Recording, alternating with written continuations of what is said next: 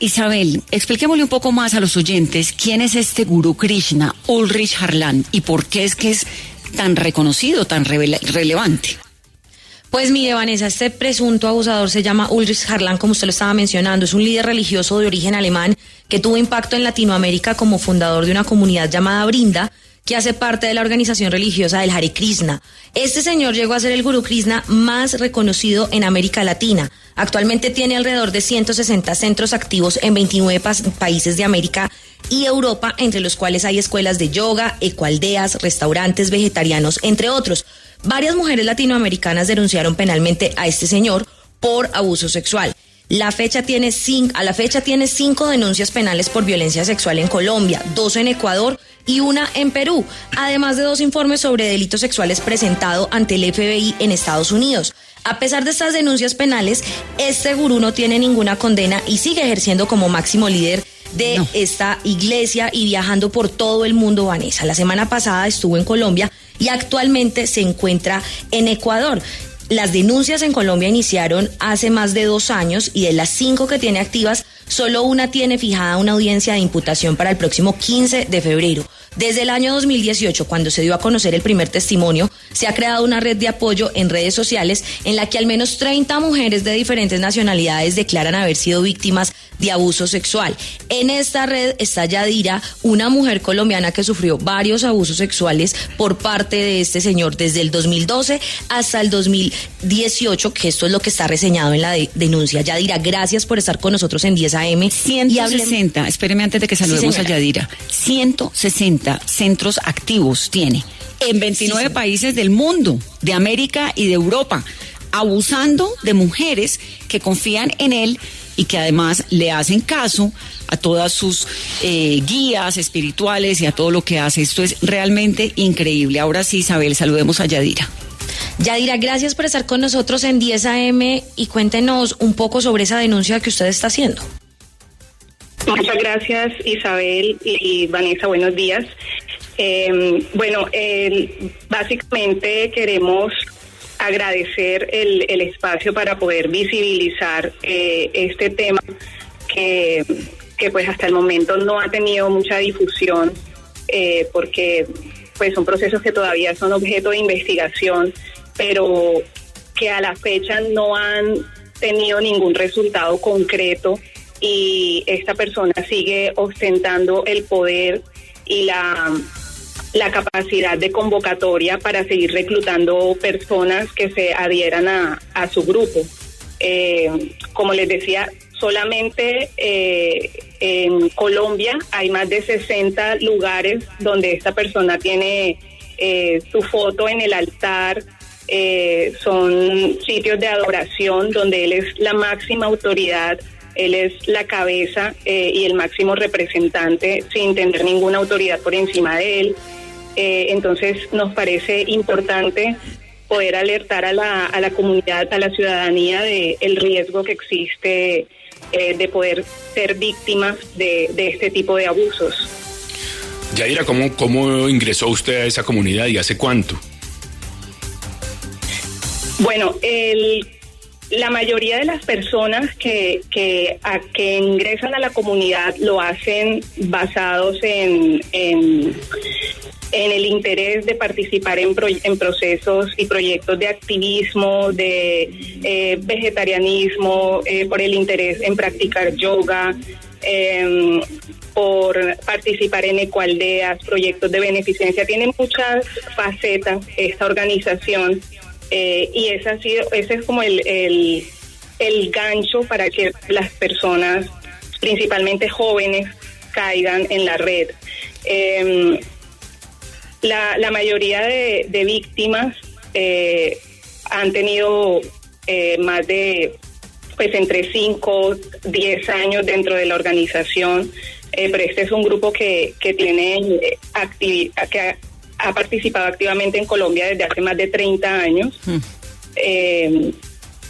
y han sido reclutados para poder hacer parte de la red y acceder sexualmente a estas víctimas. Yadira, ¿usted cuánto tiempo estuvo con él? Yo ingresé en el año 2009, los abusos iniciaron en el año 2012 hasta el año 2018, cuando empezaron a aparecer más testimonios de lo que estaba ocurriendo, y fue allí cuando otras personas, a través de la publicación de los testimonios, empezamos a entender que lo que estaba sucediendo se trataba de un abuso sexual. Es decir, Yadira, que entre el 2009 y el 2018, durante 9 años, el tipo cometió abusos contra usted y usted no era consciente de esto. Entre el año 2012 y 2018 se perpetraron actos de abuso sexual. Entre esos delitos están, pues ya fueron puestos en conocimiento de las autoridades. Como decía Isabel al inicio, son 5 denuncias que hay actualmente activas en Colombia por diferentes delitos. Hay, pues yo hablo en representación de los 5 casos que tenemos actualmente en Colombia. Tenemos delitos por acto sexual violento, acceso carnal violento y acto sexual con menor de 14 años, dado que algunos de los abusos iniciaron cuando algunas víctimas eran menores de edad. Esto me parece increíble y usted realmente es una valiente contando esta historia, porque imagínese la cantidad de mujeres, de seguidoras que el tipo tiene en el mundo, porque además es una personalidad mundial, es un alemán de 68 años que ha hecho de todo su supuestamente guía, ¿no? Su espiritualidad, pues una bandera, y tiene, como lo decíamos hace un momento, seguidores en todo el planeta. Quisiera preguntarle, con todo el respeto del mundo, cuando usted dice, Yadira, que hubo abusos sexuales entre el 2012 y el 2018 a usted y a otras seguidoras, ¿qué tipo de abusos sexuales? Sí, ahí es importante de pronto aclarar que la figura de poder que representa un maestro espiritual dentro de la comunidad para un discípulo es la máxima autoridad para esta persona. Eso limita la capacidad de decidir, limita la capacidad de oponerse frente a alguna situación en la que la persona no se sienta cómoda, dado que este líder se le inculca al discípulo dentro de la comunidad que él es un santo, que es una persona que nunca se equivoca, que él tiene cualidades divinas y que es una grave ofensa pensar mal de él, siquiera mucho menos hablar mal de él o hacer algún comentario deshonroso. Eso se considera la muerte espiritual del discípulo. Entonces hay toda una gama de manipulaciones psicológicas que ejercen violencia sobre las víctimas, que no permiten dar un consentimiento real. Limitan la capacidad de dar un consentimiento. El tipo de abusos que se presentaron son, por ejemplo, en acto sexual violento. Eso está tipificado dentro de la legislación colombiana como un delito contra la libertad sexual, donde esta persona hacía tocamientos sin consentimiento, como acabé de explicar, en el cuerpo de las personas. Por ejemplo, sobre los senos, sobre las piernas, los glúteos, y también sometía a las víctimas a que le hicieran tocamientos sobre su propio cuerpo. Ay, no, Yadira, pero esto era como parte de una ceremonia mística, supuestamente. Inicialmente el modus operandi de esta persona es primero tener el poder sobre la víctima, ¿sí? Ejercer como una figura de autoridad, y luego acercarse como de una manera muy fraternal, casi paternal hacia la víctima, buscando que la persona crea que existió como una confusión o haciéndolo parecer un accidente, como bueno, te abrazo y para que nos tomemos una foto, porque él es casi una celebridad, y durante la foto entonces baja la mano a la cintura y gradualmente va escalando ese tipo de actitudes hacia, ya luego la mano la baja hacia el glúteo. La siguiente vez o en el siguiente viaje, entonces ya el acto puede ir avanzando hasta llegar a acceso carnal violento, que fueron los casos más graves que se observaron y que tenemos dentro de los testimonios, en los que hubo penetración de sus dedos en la vagina de algunas víctimas. Yadira, ¿y en qué momento ustedes deciden, después de 6 años, donde venían sufriendo y siendo víctimas de abuso, denunciar y cambiar esa concepción de que lo que estaban viviendo no hacía parte de ese ritual espiritual, sino que era un abuso? Este proceso inicia con el testimonio de una mujer muy valiente de Perú. Ella publica su testimonio inicialmente y la comunidad se volcó a atacar ese testimonio, diciendo cantidades de cosas, que era mentira, que estaba loca, que, en fin, una cantidad de revictimización. Y posteriormente, en el año 2019, finales de 2019 e inicios del 2020, empezó una red en redes sociales, una red de apoyo donde las víctimas pudieron anónimamente empezar a contar sus testimonios, y ya no se trataba, pues ahí todo fue mucho más claro, porque ya no era algo accidental, sino que empezó a verse que ocurría de manera sistemática y que había un patrón en esta persona. Ha sido precisamente gracias a visibilizar y a poder sacar a la luz estas situaciones que las mujeres han podido entender que se trata de un abuso, que no fue un error, que no había consentimiento, que era una persona que tenía una posición de poder muchísimo más alta que las víctimas, porque él era el padre o el guía espiritual de ellas. Y ahí fue cuando se empezó a dar claridad sobre el tema. Pese a esto, no obstante, pues las víctimas han recibido muchísimos ataques también en este ámbito de las redes sociales, y ha sido una de las razones que han limitado también que se conozcan más casos. De todas maneras, tenemos documentados 30 testimonios y el número de denuncias formales que están en curso también. Yadira, este personaje juró, digamos, su celibato. Para ser ese gurú en esta comunidad, pues es necesario jurar ese celibato y demás. ¿Esto le daba una comprensión por parte de ustedes distinta a lo que él estaba haciendo? Efectivamente, él pertenece a una orden donde debe guardar celibato, incluso parte de su figura o de la imagen que él representa, hace que sea poco creíble para las demás personas el testimonio de una víctima. O sea, cuando una persona se enfrenta sola ante una comunidad con cierto grado de fanatismo a decir, no, es que el gurú me tocó, es muy difícil que la comunidad lo entienda, y precisamente ese fue el efecto que se generó. La mayoría de las personas atacaron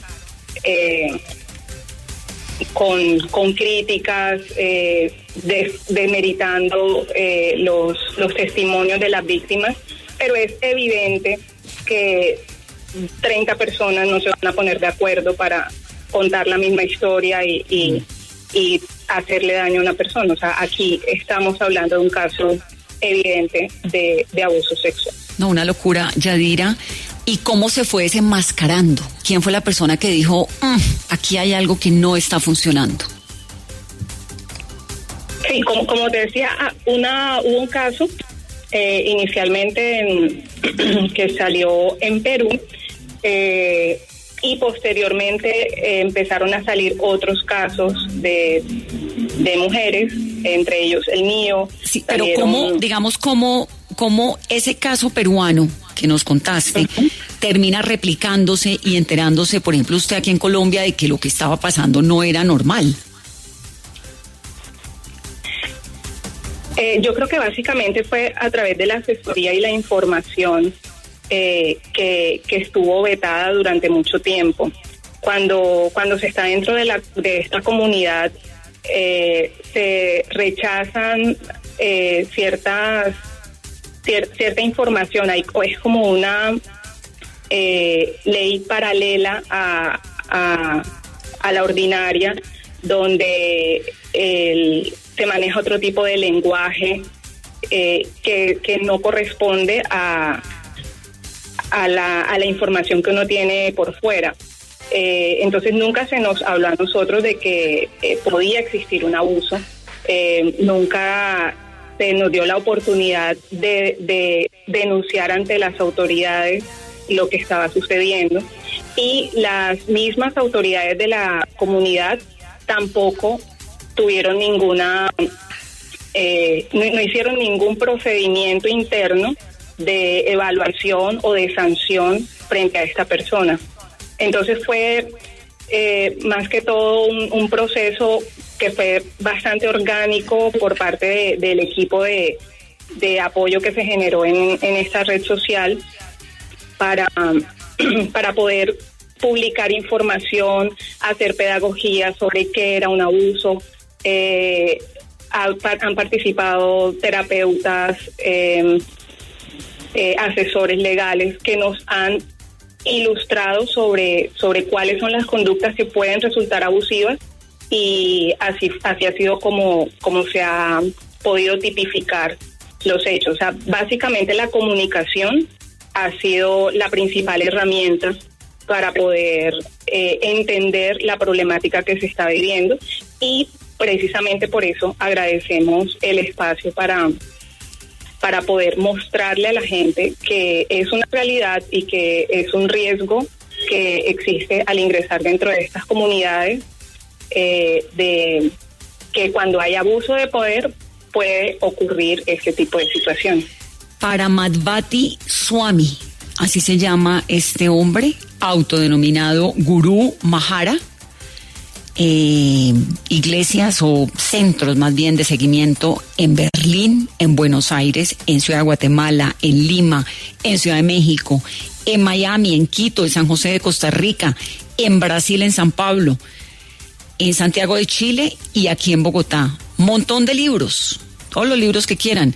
Bienvenidos a la familia de Krishna, curso de yoga por correspondencia, el primer maestro espiritual de Colombia, así se hace llamar, los Trulis de Krishna, nuestra familia, Prashamrita, el néctar de la prédica, el presidente del templo, bueno, todo lo que se puedan imaginar, y lo que es un abusador sexual. Pascual. Sí, Vanessa, le quería preguntar a Yadira qué ha pasado con esas denuncias en la Fiscalía. Sabemos que hay una imputación pendiente para finales de febrero, pero por lo menos ha sido citado, ha respondido de alguna manera por esas denuncias frente a Fiscalía. La información que nosotros tenemos es solamente que ha sido citado a la imputación, que va a ser el 15 de febrero. La expectativa que tenemos es que se presente, que no... pues que atienda al llamado de la Fiscalía para la imputación, y que inicie un proceso en el que podamos nosotras hacer valer nuestros derechos constitucionales, nuestros derechos como ciudadanas, ya que dentro de la iglesia no, pues fueron vulnerados, ¿no? Ese es el pedido a las autoridades, que por favor le den celeridad a estos casos, a las investigaciones, que algunas ya tienen más de 2 años de haber sido interpuestas, y que a la fecha todavía no hay un resultado concreto, y precisamente por eso él continúa ejerciendo su posición de maestro espiritual. Entonces, por eso también queremos hacer ese llamado a las personas a que estén atentas a ese tipo de rasgos de estas personas para que no les suceda a más víctimas. Para que se sumen, además, se vayan sumando a las denuncias. Yadira, gracias por contarnos esta historia, por prender esa alarma internacional. Realmente, pues es muy importante lo que usted está haciendo. Muchas gracias. Muchas gracias, Vanessa, y gracias al equipo. Yadira Muñoz, víctima de abusos sexuales por parte de Ulrich Harlam, que es conocido como Paramadviti Swami, un gurú Krishna, dice él, muy aclamado en el mundo entero. Ahora, Pascual, ¿posibilidades de que él vaya a la imputación en la fiscalía? Pues estuvo en Colombia hace poco, dicen está en Ecuador, no parece fácil que atienda ese llamado. Interesante que sea un llamado también que se dé no solamente en Colombia, sino en otros países de América Latina, para que por lo menos si no atiende, no pueda volver por acá, porque va a tener entonces un requerimiento de la Fiscalía que tiene que atender. Además, acuérdese que hay un protocolo especial de Fiscalía para delitos sexuales que debe tratar las denuncias con toda la seriedad del caso, y si el señor no se presenta, pues tiene que haber una citación ya obligatoria que lo hace comparecer si llega a pisar el país. Increíble, la verdad, una denuncia muy, muy importante. Isabel, entonces, él tiene su citación a la fiscalía, las mujeres siguen avanzando en esto, el proceso por el momento está en Colombia, en Perú también. ¿Qué más sabemos? Pues, Vanessa, lo más impresionante es que a pesar de todas esas denuncias penales, no hay ni una condena en estos momentos, y por eso él sigue, como lo estaban mencionando ustedes, viajando por todo el mundo, tranquilo, sin ningún inconveniente. Tenemos entonces esta imputación el próximo 15 de febrero, y pues estos procesos aquí en Colombia iniciaron hace más de 2 años, y de las 5 denuncias penales que hay aquí en Colombia, tenemos entonces esta audiencia de imputación de cargos fijada para el próximo 15 de febrero. No, pues estaremos entonces el 15 de febrero muy pendientes y haciéndole seguimiento a la fiscalía. ¿Qué tal este tipo abusador, mentiroso, disque guía espiritual? Terrible y muy valiente, Yadira, y todas las otras víctimas que lo han contado.